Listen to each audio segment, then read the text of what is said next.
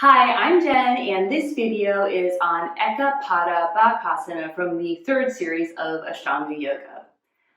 Now, if you've played with this arm balance before, you know that it is one of the most challenging arm balances that we do in the Ashtanga method. It's also just pretty hard in general for anyone practicing yoga because it requires so much strength and stability, and that really is a cornerstone of third series.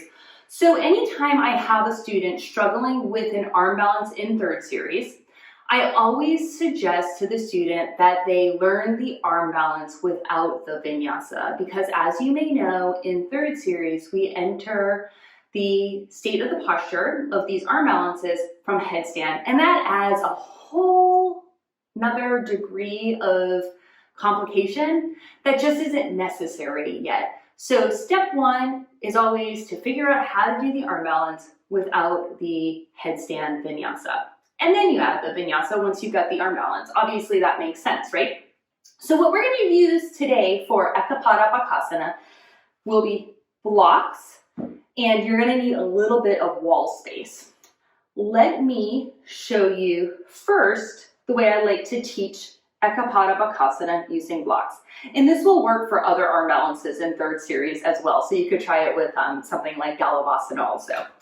You're going to set up the blocks so that they're tall, and you're going to place your shoulders on them. And this will keep the shoulders from collapsing. It'll take some of the weight of your body into the blocks so that your arms can do a little bit less work and you can focus on the position of the legs instead. I like cork blocks for this because I do think the foam blocks are just not quite steady enough for this type of support. You're going to place the heads of your shoulders on the blocks, and you might need to mess around a little bit until you find the right block set up for you. But if you're taller, you could put a short block underneath. Or do something to make these a little bit taller so that it works for your arms. And if you're shorter, then of course you can find a shorter block. This size works pretty well for me. I put the heads and the shoulders onto the blocks, and then I'm going to bring my leg to the back of my arm and lift the other leg up. And then from here I can even curl my heel in toward my butt. And then you can try the other side.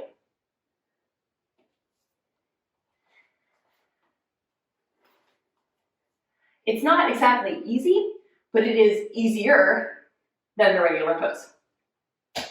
Give that a go.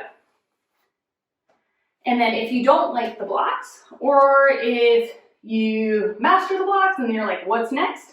You're gonna move to the wall. And you don't need a ton of wall space. I'm going to move this a little bit closer. You just want to find the right height for your foot. I have a window here, so I'm only going to do one side because I think that if I do both sides, the window is going to be in the way here. But you want to set up so you're going to be about a leg's distance from the wall, and you're using the wall to help you find opposing forces here. Once you get the hang of the pose, you're going to notice that you have to really reach the back foot back and reach the head forward. And that's the opposition that you find in this posture to help you find balance. So let's see if I can get it set up correctly. I just am going to put my knee to my arm and then kind of hop my foot up the wall. Yeah, there we go. And there we go. I'm pushing barely into the wall, reaching through my head, and just finding the opposition of the posture there. It's still a lot of work. The wall is not doing that much work for you, but it is helping you find balance. It's adding a little bit more stability. If I was teaching you in the room, often an adjustment I give to my students is to just have them place their extended leg, the top of that foot, into my hand and push down. And I'm not really lifting up. We're just finding opposition to create strength and stability in the state of the pose. This is another great way to work it. Make sure you practice both sides. And then, once you're able to do both of those, you can start to mess around with the headstand, which Takes a little bit more work, but heck, that is what we're doing here. And Ashtanga is working really hard.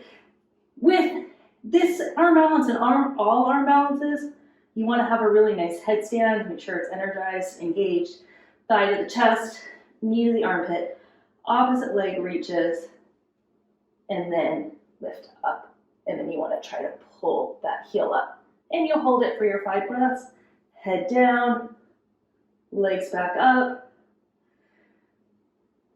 knee to the armpit, leg reaches, come on back up, 1, 2, 3, 4, 5, back to headstand. Now, the headstand does make it a little bit more difficult because you have to control against gravity to lower the leg onto the chest and then lift against gravity to get the head off the mat. You'll notice both of those versions I did first with the blocks in the wall. I'm starting with my head off the mat, and that does make it easier. Mess around with it, play with it. This one can take months and months and maybe even years to get the hang of, but it's worth it. It's a fun pose in a fun series. I hope this helps you out. Please subscribe to my YouTube channel. It really inspires me to make more videos when I know that you like them. And thanks for tuning in.